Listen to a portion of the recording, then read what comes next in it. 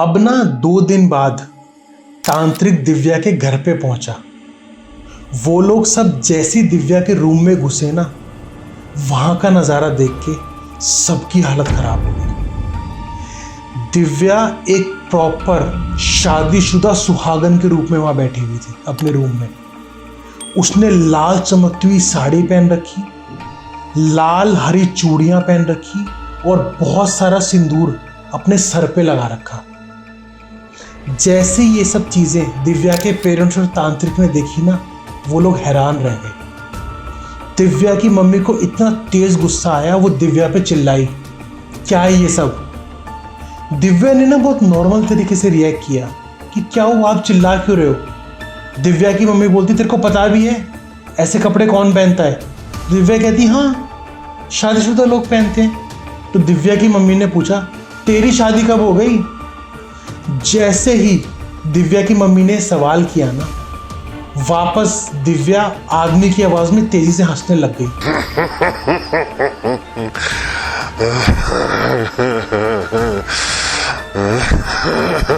इतनी भयानक हंसी कि पूरे घर में आवाज गूंज रही थी।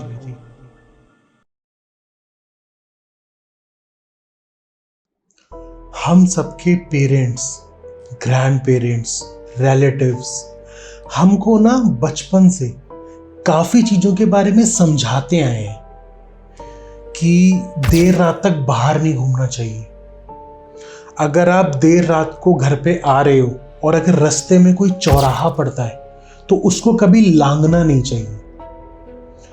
देर रात को आप अगर घर पे लौट रहे हो या कहीं पे जा रहे हो तो कोई खाने पीने की चीज़, वो भी स्पेशली सफ़ेद चीज़, कभी कहीं लेके नहीं जानी चाहिए।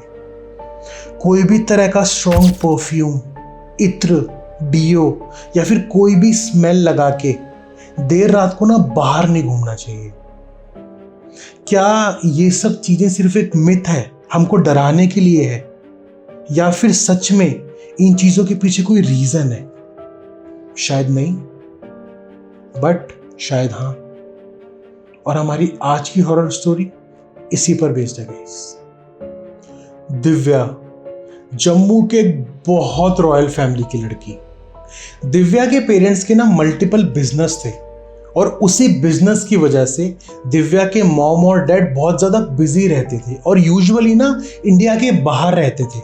उसी वजह से एक बहुत छोटी सी एज में उन्होंने दिव्या का एक हॉस्टल के अंदर एडमिशन करवा दिया। दिव्या वहीं पे रहती थी, वहीं पे बड़ी हुई। दिव्या ना पढ़ाई लिखाई में बहुत अच्छी थी, एकेडमिक्स में बहुत अच्छी थी। उसको बचपन से ही स्केचेस बनाना, पेंटिंग्स करने का बहुत शौक था। अब जैसे कि मैंने बताया कि दिव्या एक रॉयल फैमिली की लड़की है, तो पैसे की तो कोई कमी थी ही नहीं। इसलिए दिव्या ना खुद को बहुत वेल मेंटेन रखती थी। मतलब महंगे महंगे कपड़े पहनना, एक्सपेंसिव ज्वेलरी कैरी करना, लग्जरी ब्रांड्स के परफ्यूम्स, डियोज, इत्र वगैरह लगाने का दिव्या को बहुत शौक था। अब धीरे धीरे करते हुए ना दिव्या बड़ी हुई, उसके नए दोस्त बने। कुछ दोस्त उसने हॉस्टल में बनाए, कुछ बाहर के उसके दोस्त बने। ऐसा करते करते ना दिव्या का एक प्रॉपर फ्रेंड सर्कल बन गया था गाइस। वो उनके साथ रेगुलर इंजॉय करती, उठती बैठती, उनके साथ रहती।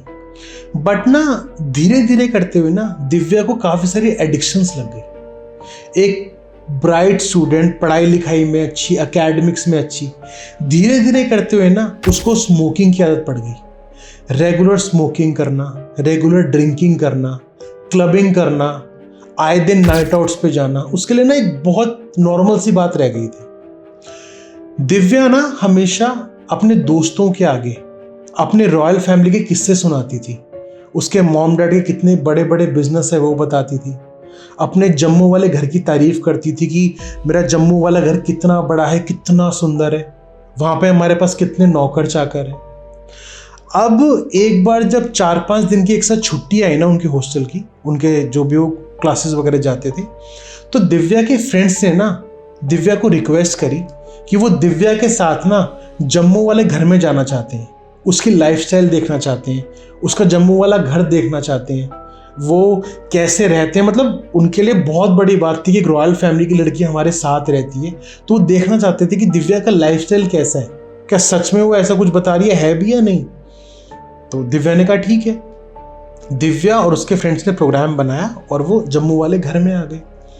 अब जैसे ही वो जम्मू वाले घर में आए, उन्होंने रेगुलर पार्टीज करना स्टार्ट कर दिया, रेगुलर नाइट आउट्स करना स्टार्ट कर दिया, मतलब प्रॉपर एंजॉय करना। 4-5 दिन बीते, सब कुछ ठीक रहा, वो लोग वहां से वापस आ गए। अब इस बार जब वो लोग जम्मू वाले घर से वापस आए ना गाइस, तो वैसे सब कुछ नॉर्मल था, बट ना दिव्या नॉर्मल नहीं थी। दिव्या जब जम्मू से हॉस्टल आई ना, तो उसके अंदर बहुत डिफरेंट तरीके के चेंजेस आ गए थे। मतलब वो पहले वाली दिव्या नहीं थी। वो अधिकतर अपने रूम में बंद रहती। उसने धीरे धीरे करते हुए अपने दोस्तों से मिलना बंद कर दिया। पहले से भी ज़्यादा स्मोकिंग करना, ड्रिंकिंग करना, सारा दिन अपने आप में रहती थी, सारा दिन स्केचेस करती थी, पेंटिंग्स करती थी अपने रूम में। मतलब उसने अपने दोस्तों से मिलना ही बंद कर दिया था। कुछ और दिन बीते, धीरे धीरे करते हुए ना दिव्या की ऐसी हालत हो गई कि वो ना क्लासेस भी जाना बंद कर दिया उसने। ना किसी से मिलती, ना कुछ खाती, कभी खाती नहीं खाती, मतलब बिल्कुल डिफरेंट स्केड्यूल। सब लोग हैरान कि क्या हो रहा है दिव्या के साथ। धीरे धीरे करते हुए दिव्या को ना फीवर आना स्टार्ट हो गया, उसकी तबीयत खराब रहने लग गई। जब उसके फ्रेंड्स ने ये चीज़ देखी तो वो दिव्या को ज़बरदस्ती एक डॉक्टर के पास लेके गए और मेडिसिन दिलवाई। कुछ दिन की मेडिसिन जब दिव्या ने ली तो ना कोई भी फर्क नहीं आया, और कुछ दिन बीते, दिव्या की तबीयत और ज़्यादा खराब हो गई। जब दिव्या की रेगुलर ऐसी तबीयत खराब रहने लग गई ना, उसके दोस्त घबरा गए। उन्होंने दिव्या के मॉम और डैड को फ़ोन किया कि दिव्या की हालत दिन बर दिन खराब होती जा रही है और ये एडिक्शंस में पड़ गई है, आप प्लीज़ आ जाइए। दिव्या के मॉम डैड जैसे ही हॉस्टल पहुंचे, वो दिव्या की हालत देख के घबरा गए। मतलब उनको बिलीव ही नहीं हुआ कि उनकी लड़की है। तो उन लोगों ने ये डिसाइड किया कि वो कुछ टाइम के लिए दिव्या को अपने साथ ले जाके जम्मू वाले घर में रहेंगे। तो दिव्या और उसके पेरेंट्स जम्मू वाले घर में चले गए। अब दिव्या के पेरेंट्स दिव्या को लेके जम्मू वाले घर में आ गए। वो जैसे ही जम्मू वाले घर में गए ना, कुछ दिन बाद दिव्या की तबीयत और ज़्यादा खराब हो गई। मतलब उनको समझ में नहीं आ रहा कि इस लड़की को हो क्या गया है। इतने टाइम बाद वो अपने पेरेंट्स से, अपने मॉम डैड से मिली, लेकिन ना कुछ भी उसने बात नहीं करी। वो गई और अपने कमरे में बंद हो गई। दिव्या के मॉम डैड ने कई बार कोशिश करी उससे बात करने की, लेकिन ना दिव्या ना बहुत ज़्यादा चिड़चिड़ी हो गई थी और बहुत ज़्यादा बदतमीज़ हो गई थी। वो चाहती नहीं थी कि उसके साथ कोई रहे, कोई उससे बात करे। कभी कभार जब वो अपनी फैमिली के साथ खाना खाती तो ना खाना खाते खाते एकदम से खो जाती खाना छोड़ के। यूजुअली जब किसी फैमिली में लोग एक साथ खाना खाते हैं तो हंसी मजाक करते हैं, किस्से कहानियां सुनाते हैं, एक दूसरे से बात करते हैं, बट ना दिव्या ना लॉस्ट रहती। मतलब कभी कभार कहीं घूर रही है, कभी कहीं घूर रही है, कभी खो जाती। दिव्या की हरकतें देख ना दिव्या के घर वाले बहुत ज़्यादा परेशान हो गए थे। ये प्रॉब्लम्स ज़्यादा होनी पता है कब स्टार्ट हुई? जब ना दिव्या के रूम से ना अजीब अजीब आवाज़ें आती। कभी ऐसे आवाज़ें आती जैसे दिव्या ना अपने रूम में किसी के साथ खेल रही है। कभी चीखने की आवाज़ आती। कभी दिव्या ड्राइंग रूम में बैठी हुई एकदम से तेज तेज हंसना स्टार्ट कर देती। कभी एकदम से रोना स्टार्ट कर देती। कभी डर के रात को उठती। मतलब घर वाले परेशान थे कि हो क्या गया। दिन भर दिन ना उसकी पागलपंती ना बढ़ती जा रही थी। जब ये चीज़ें बहुत ज़्यादा बढ़ गई ना, तो दिव्या के पेरेंट्स को लगा कि ये लड़की ना पागल हो गई है। अब कोई पागल होएगा या कुछ भी होएगा तो लोग डॉक्टर्स को और कंसल्ट करेंगे। दिव्या के पेरेंट्स ने कुछ साइकेट्रिस्ट को दिखाया, साइकोलॉजिस्ट को दिखाया, कुछ सेशंस वगैरह हुए दिव्या के। तो डॉक्टर्स ने ये बताया कि ना हमको ऐसा लग रहा है कि आज से कुछ टाइम पहले ना दिव्या के साथ कोई ऐसा इंसिडेंट हुआ है, या फिर उसने कोई ऐसी मूवी देख ली, या फिर ऐसी कोई घटना घट गई है उसके साथ जिससे वो बाहर नहीं आ पा रही है। वो उसी चीज़ को अपनी लाइफ समझ के बैठ गई है। आप चिंता मत करिए, हम कुछ मेडिसिन वगैरह आपको दे रहे हैं, लेकिन आप एक काम कीजिए, कुछ टाइम के लिए इसकी लाइफस्टाइल चेंज कीजिए। घर में हंसी मजाक का माहौल रखिए, इसे घुमाइए फिराइए, आप टेंशन मत लीजिए, सब कुछ ठीक हो जाएगा। पेरेंट्स ने कहा ठीक है। अब दिव्या के पेरेंट्स ने दिव्या को नई मेडिसिन दी। कुछ दिन बीते, लेकिन ना दिव्या की हेल्थ में कोई भी सुधार नहीं आया, बल्कि उसकी हालत ना पहले से भी ज़्यादा खराब होती जा रही थी। मेडिसिन की हैवी डोजेस के चक्कर में ना दिव्या सारा सारा दिन सोती थी। एक दिन जब सुबह से रात तक दिव्या नीचे ड्राइंग रूम में नहीं आई तो उसके घर वाले घबरा गए। वो भाग के दिव्या के रूम में गए। उन्होंने गेट खोला, दिव्या सो रही थी। वो जैसे दिव्या को उठाने के लिए गए तो बेड के पास एक वॉल थी। दिव्या के फादर ने ना उस वॉल पे बहुत डिफरेंट तरह की चीज नोटिस करी। दिव्या ने ना उस वॉल पे कुछ स्केचेस बना रखे थे और वो स्केचेस इतने डरावने थे कि घर वाले हैरान रह गए। दिव्या ने ना एक आदमी बना रखा था, बहुत मोटा सा, हेल्दी सा, जिसका एक सींग है, उसकी लाल आंखें हैं, उसके 2 दांत बाहर हैं और वो बहुत मोटा सा है। और उस स्केच के बगल में ना कुछ अजीब सा कुछ मंत्र कुछ लिखा हुआ है। अब दिव्या की फैमिली को समझ में नहीं आया क्या लिखा है, क्योंकि वो लैंग्वेज ना दिव्या ने कभी सुनी पढ़ी, ना उनके मॉम डैड को पता। तो ये दिव्या क्या लिख रही है उनको कुछ भी समझ में नहीं आ रहा। उन्होंने और वॉल्स देखी, उन वॉल्स पे दिव्या ने कुछ अजीब से यंत्र बना रखे थे, कुछ एरोज बना रखे थे। मतलब ना दिव्या के पेरेंट्स हैरान थे कि ये बच्ची ये सब सीख कहां से रही है, उनको कुछ भी समझ में नहीं आ रहा। अब ना दिव्या के पेरेंट्स को ये समझ में आ गया था कि दिव्या के साथ ना कोई नॉर्मल प्रॉब्लम नहीं है। हो ना हो दिव्या के ऊपर ना कोई ऊपरे पराई की दिक्कत है और कैसे भी करके ना दिव्या को बचाना पड़ेगा।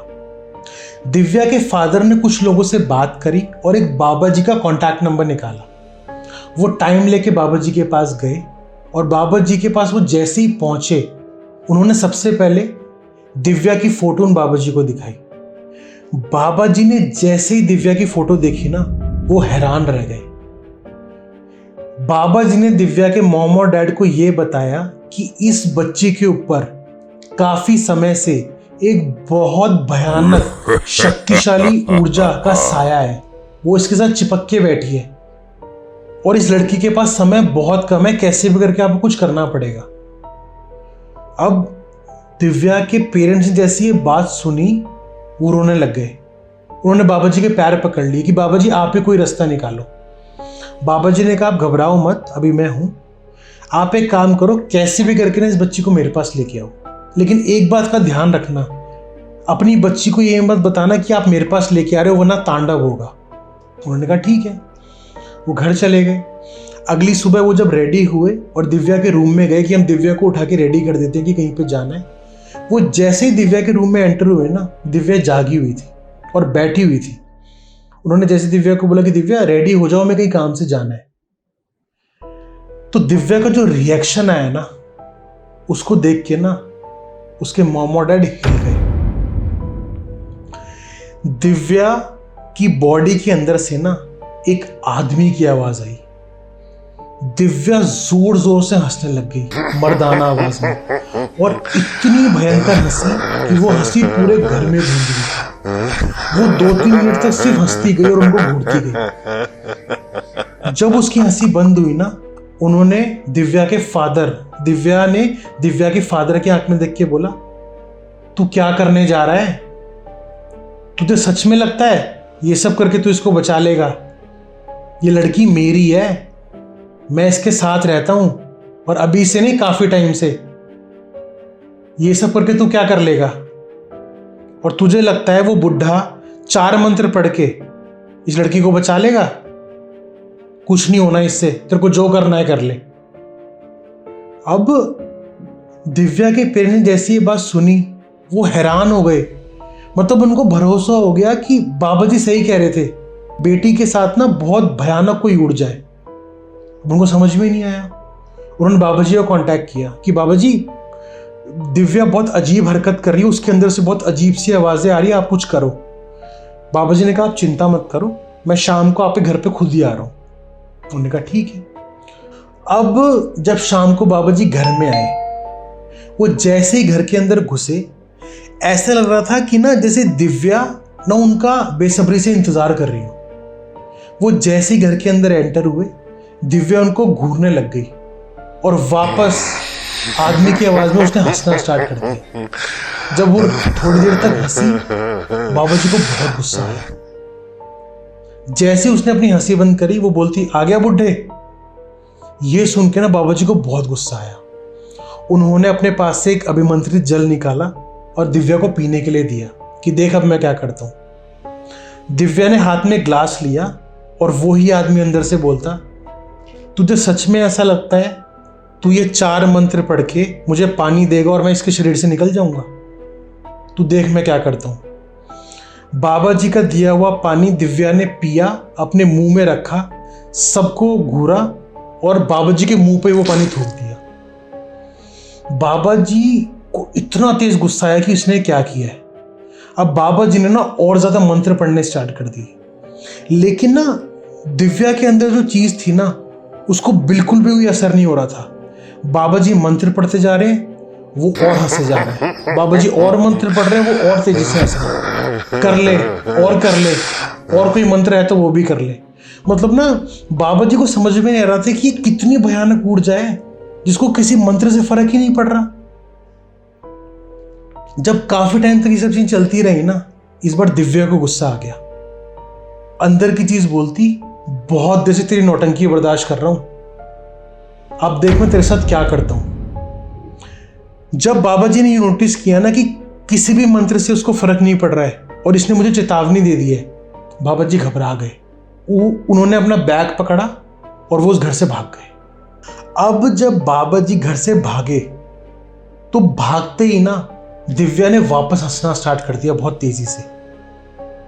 दिव्या ने अपने फादर की तरफ घूर के देखा और बोला, देख लिया क्या कर पाया ये बुढ़ा, तेरे को जो करना है कर ले, ये लड़की मेरी है, मैं इसको छोड़ के कहीं भी नहीं जाने वाला, तेरे को और भी किसी को बुलाना है ना जा बुला ले। अब दिव्या के पेरेंट्स को समझ में नहीं आ रहा है कि ये हुआ क्या है, बाबा जी ने क्या किया है। हम तो बाबा जी के भरोसे थे। उन्होंने सीधा बाबा जी को कांटेक्ट किया, किसी ने कॉल पिक नहीं किया। दिव्या के फादर रात भर बाबा जी को कॉल करते रहे बट किसी ने फोन नहीं उठाया। अगली सुबह उन्होंने वापस बाबा जी को कॉल किया तो किसी ने फोन उठाया। उन्होंने बोला बाबा जी, उन्होंने बोला नहीं, बाबा जी की तो डेथ हो गई है। अब दिव्या के फादर हैरान, डेथ हो गई है? कल तो मेरे घर से गए हैं। तो कहते मुझे नहीं पता आपके घर से गए हैं, बट कल रात को उनकी मृत्यु हो गई है। तो कैसे भी करके ना दिव्या के फादर ने डेथ का कारण पूछा तो सामने वाले इंसान ने बताया कि हमको भी समझ में नहीं आ रहा है। बाबा जी की डेथ का जो कारण है वो ये है कि किसी ने उनका गला घोटा है, लेकिन गला अंदर से घोटा गया है। जैसे ही दिव्या के फादर ने ये बात सुनी ना, उनको समझ में आ गई ये हो ना हो दिव्या के अंदर जो आदमी है ना, ये उसी का काम है। अब दिव्या के फादर को समझ में ही नहीं आ रहा है कि हमको तो बाबा जी से ही होप थी। उसके मम्मी उसके पापा इतने हैरान है कि अब क्या करें। अब ना दिव्या के फादर को समझ में नहीं आ रहा कि करूं क्या, क्योंकि उनकी आखिरी उम्मीद ना वो बाबा जी थे, लेकिन बाबा जी की तो मृत्यु हो गई।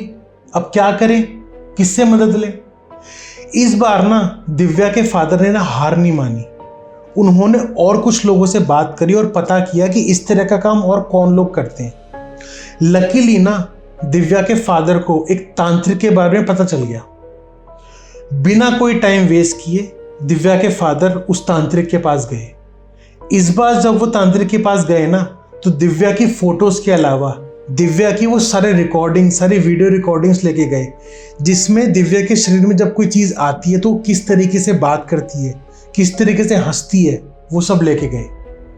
वो जैसे तांत्रिक के पास पहुंचे, उन्होंने सारी फोटोज वीडियोस तांत्रिक को दिखाई। तांत्रिक ने जैसे ये सब देखा तो वो दिव्या के फादर को बोलते, देखो आपने ना मेरे पास आने में बहुत देरी कर दी है, लेकिन आप चिंता मत करो, मैं इन ऊर्जाओं के बारे में जानता हूं, मैं कुछ करता हूं। दिव्या के फादर बोलते, ठीक है तांत्रिक जी आप मेरे साथ चलिए। तांत्रिक ने कहा नहीं, ये बहुत भयानक शक्तिशाली ऊर्जा है, मुझे 2 दिन का समय दो, मुझे एक जल तैयार करना है, मैं 2 दिन के बाद आपके घर पे आऊंगा। उन्होंने कहा ठीक है। दिव्या के फादर वापस अपने घर पे आ गए। अब ना 2 दिन बाद तांत्रिक दिव्या के घर पे पहुंचा। वो लोग सब जैसी दिव्या के रूम में घुसे ना, वहां का नजारा देख के सबकी हालत खराब हो गई। दिव्या एक प्रॉपर शादीशुदा सुहागन के रूप में वहां बैठी हुई थी अपने रूम में। उसने लाल चमकती हुई साड़ी पहन रखी, लाल हरी चूड़ियां पहन रखी और बहुत सारा सिंदूर अपने सर पे लगा रखा। जैसे ये सब चीजें दिव्या के पेरेंट्स और तांत्रिक ने देखी ना, वो लोग हैरान रह गए। दिव्या की मम्मी को इतना तेज गुस्सा आया, वो दिव्या पे चिल्लाई, क्या है ये सब। दिव्या ने ना बहुत नॉर्मल तरीके से रिएक्ट किया कि क्या हुआ, आप चिल्ला क्यों रहे हो। दिव्या की मम्मी बोलती, तेरे को पता भी है ऐसे कपड़े कौन पहनता है। दिव्या कहती, हाँ शादीशुदा लोग पहनते हैं। तो दिव्या की मम्मी ने पूछा, तेरी शादी कब हो गई। जैसे ही दिव्या की मम्मी ने सवाल किया ना, वापस दिव्या आदमी की आवाज में तेजी से हंसने लग गई। इतनी भयानक हंसी, इतनी भयानक हंसी कि पूरे घर में आवाज गूंज रही थी। अब ना तांत्रिक को ये समझ में आ गया था कि जो चीज दिव्या को परेशान कर रही है ना, वो इस समय दिव्या के शरीर में है। इस बार तांत्रिक ने दिव्या से सवाल किए, ओए मेरी तरफ देख, कौन है तू। दिव्या का कोई जवाब नहीं आया। उसने दोबारा सवाल किया, मैंने पूछा कौन है तू। दिव्या ने तांत्रिक की तरफ देखा, वो उसकी तरफ घूरी और उसके अंदर से आवाज आई, तुझे पता नहीं कौन हूं मैं। इस लड़की को देख के भी नहीं समझ पाया कौन हूं मैं। प्यार करता हूं मैं इससे, पत्नी है ये मेरी। पत्नी है ये तेरी? तेरी शादी कब हुई इसके साथ? अंदर से दिव्या की आवाज आई, जितना बताना था बता चुका और नहीं बताऊंगा। इसका बाप पहले भी किसी बाबा को लेके आया था, उसको तो मैंने मार दिया। अगर अपनी भलाई चाहता है ना तो निकल जाए इस घर से। ये लड़की मेरी है और मेरे साथ ही रहेगी जीवन भर। तेरे को जो करना है तू कर ले। अब ना तांत्रिक को ये बात सुन के बहुत गुस्सा आया। उसने हाथ में गंगा जल लिया, आंख बंद करके कुछ मंत्र पढ़े और दिव्या के मुंह पे फेंक के मारा। जैसे ही गंगा जल दिव्या के मुंह पे गिरा ना, वो चीखी, चिल्लाई और शांत हो गई। अब तांत्रिक कहता, अब शांति से बताएगा अपने बारे में जो तो सवाल कर रहा हूं। सामने से आवाज आई, पूछ क्या पूछना चाहता है, सब बताता हूं। सबसे पहले मुझे ये बता, ये लड़की तेरे को मिली कहां पे। सामने से आवाज आई, मिली क्या, एक रात को बन ठन के निकली थी। सुंदर तो ये वैसे ही है, आ गई मुझे पसंद। ऊपर से इतनी प्यारी खुशबू इसके अंदर से आ रही थी तो लग गया मैं इसके पीछे। क्या करता, कुंवारा जो हूं। अब ये सब चीजें सुन के ना सब लोग बहुत ज्यादा घबरा गए। तांत्रिक दिव्या के पेरेंट्स को लेके ना दिव्या के रूम से बाहर आया और घर से बाहर लेके गया। उसने दिव्या के पेरेंट्स को बोला, ये बहुत भयानक शक्तिशाली ऊर्जा है, लेकिन मैं इसे हरा सकता हूं। उसके लिए मुझे कुछ गुप्त तैयारियां करनी पड़ेगी और उसके लिए मुझे 2 से 3 दिन का समय चाहिए। दिव्या के पेरेंट्स रो रहे हैं, उनको समझ में नहीं आ रहा। उन्होंने तांत्रिक जी के सामने हाथ जोड़ दिए कि बाबा जी आप कैसे भी करके ना हमारी बच्ची को बचा लो। बाबा जी ने, तांत्रिक जी ने बोला, आप घबराओ मत, शांत रहो। सबसे पहले ना मुझे ना दिव्या की कुछ चीजें चाहिए। उन्होंने बोला, क्या चाहिए। तांत्रिक ने यह बताया कि ना जो कपड़े दिव्या लगातार पहनती है, यूजुअली पहनती है, वो कपड़े मुझे चाहिए। और जिस इत्र का, जिस परफ्यूम का इस्तेमाल दिव्या करती है ना रेगुलर, मुझे वो इत्र भी चाहिए। दिव्या के फादर अंदर गए, वो सब चीजें लाके उन्होंने दिव्या के तांत्रिक को दे दी। तांत्रिक ने बोला, अभी आप जाके घर में सो जाओ, मैं 2 से 3 दिन के बाद इस घर में आऊंगा और एक हवन करूंगा। लेकिन एक बात का याद रहे, जब तक मैं नहीं आता दिव्या को इस घर की दहलीज लांघने मत देना। उसके पेरेंट्स कहते, लेकिन गुरुजी ये तो मानती नहीं है, चीखती है, चिल्लाती है। कुछ भी हो जाए, लड़की घर से बाहर नहीं जानी चाहिए। आप चाहे इसे जबरदस्ती पकड़ो, चाहे नींद की गोलियां दो, बट जब तक मैं ना हूं इस लड़की को इस घर से बाहर जाने मत देना। अब तांत्रिक के जाने के बाद ना 2 से 3 दिन, जैसा तांत्रिक ने बताया था, घर में घोर तांडव हुआ। बट ना दिव्या के पेरेंट्स ने ना दिव्या को बाहर नहीं जाने दिया, क्योंकि उनको भरोसा था कि 2 से 3 दिन बाद तांत्रिक जरूर वापस आएगा। और ऐसा ही हुआ। 2 से 3 दिन बाद तांत्रिक घर में जैसे ही आया, उसने पूछा दिव्या कहाँ है। कुदरती ना दिव्या सो रही थी। तांत्रिक तुरंत दिव्या के रूम में पहुंचा। तांत्रिक ने ना दिव्या के लिए एक बहुत शक्तिशाली तावीज तैयार किया था। उसने सोते सोते वो तावीज दिव्या के गले में डाल दिया और कुछ और तावीज निकाले और दिव्या के पेरेंट्स को पहनने को बोला और उन्होंने पहन लिए। अब ये सब होने के बाद ना उन्होंने दिव्या के रूम का दरवाज़ा बंद किया और नीचे आ गए और हवन की तैयारियां स्टार्ट कर दी। जैसे ही तांत्रिक ने हवन की अग्नि चेतन करी ना, दिव्या की आंख खुल गई। वो रूम से नॉर्मली बाहर आई और नीचे आके पूछती है क्या हो रहा है ये सब। तांत्रिक ने बोला आप चिंता मत करो बेटा, ये सब चीज़ें ना आपके लिए ही हो रही है, आपकी भलाई के लिए हो रही है, आप बैठ जाओ, कुछ भी नहीं होगा। वो लड़की बैठ गई। अब तांत्रिक ने जैसे ही मंत्र पढ़ने अपने स्टार्ट किए, जैसे ही अपनी प्रक्रिया स्टार्ट की, घर में भयानक तांडव होना स्टार्ट हो गया। अब मंत्र जाप चालू है, हवन की अग्नि चेतन हो रखी है, लेकिन ना तांत्रिक के पहनाए हुए तावीज की वजह से ना जो चीज दिव्या के शरीर में आती थी ना, वो शरीर में घुस नहीं पा रही थी, लेकिन वो दिव्या को और उस तांत्रिक को अपने होने का पूर्ण आभास दे रही थी। अब कुछ समय बाद हवन जब खत्म हुआ, तांत्रिक ने दिव्या के फादर को बोला कि मेरी गाड़ी में ना एक गुड़िया पड़ी है, उसको लेकर आओ। दिव्या के फादर गए और उस गुड़िया को लेकर आए। उस तांत्रिक ने क्या कर रखा था, उस एक गुड़िया उसने बनाई और उसको ना दिव्या के पहने हुए सारे कपड़े पहना रखे थे, और दिव्या जिस इत्र का इस्तेमाल ज़्यादातर करती थी, उस गुड़िया को वो इत्र से पूरा नहला रखा था।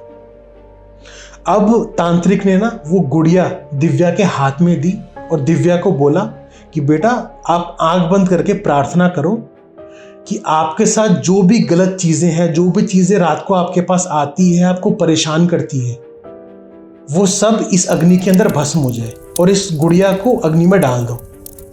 दिव्या ने वैसे ही किया। उसने हाथ में गुड़िया ली, आंख बंद करी, सारी प्रार्थनाएं करनी स्टार्ट करी। जैसे दिव्या प्रार्थनाएं कर रही थी ना, उसके शरीर में कंपन होनी स्टार्ट हो गई, उसके सर में दर्द होना स्टार्ट हो गया। लेकिन दिव्या ना इस बार हारी नहीं। उसने पूरी प्रार्थना करी और इस गुड़िया को उठा के अग्नि में डाल दिया। जैसे ही उसने उस गुड़िया को अग्नि में डाला ना, दिव्या बेहोश। अब हवन समाप्त होने के बाद वो तांत्रिक उठा और उसने दिव्या के पेरेंट्स को बोला कि घबराने वाली कोई बात नहीं है, जो चीज़ आपकी बेटी को दिव्या को परेशान करती थी ना, वो हमेशा हमेशा के लिए ना अग्नि के मुंह में जा चुकी है। लेकिन ना दिव्या के पेरेंट्स ना कंफ्यूजन में थे कि गुरुजी ने किया क्या है। उन्होंने पूछा। तांत्रिक ने ये बताया कि मैंने एक गुड़िया तैयार की और आपने जो मुझे दिव्या के कपड़े दिए थे, वो सारे कपड़े मैंने उस गुड़िया को पहनाए, और दिव्या जिस इत्र का लगातार इस्तेमाल करती थी, उस इत्र से उस गुड़िया को नहला दिया और दिव्या के हाथ से प्रार्थना करवा के उस गुड़िया को उस हवन के अंदर भस्म करवा दिया। अब उस गुड़िया के साथ साथ जो ऊर्जा दिव्या को परेशान करती थी ना, वो हमेशा हमेशा के लिए उस हवन की अग्नि में भस्म हो चुकी है। गाइस, जब मैंने ये स्टोरी सुनी ना, तो मैं खुद हैरान हो गया था कि सच में ये चीज़ें एग्जिस्ट करती है। हमारे फैमिली वाले, हमारे बड़े बुजुर्ग जिन चीज़ों के लिए मना करते हैं ना, सच में उनके पीछे कोई ना कोई रीज़न होता है। अगर आपके पास भी दिव्या की स्टोरी की तरह कोई स्टोरी हो, तो आपको डिस्क्रिप्शन के नीचे एक ऑफिशियल ईमेल आईडी दिखाई दे रहा होगा, आप उस पर अपनी पूरी स्टोरी लिख के भेज सकते हैं। और अगर आपको ये वीडियो अच्छी लगी हो तो वीडियो को लाइक कीजिएगा, चैनल को सब्सक्राइब कीजिएगा। जब तक के लिए keep loving, keep watching. Thank you so much.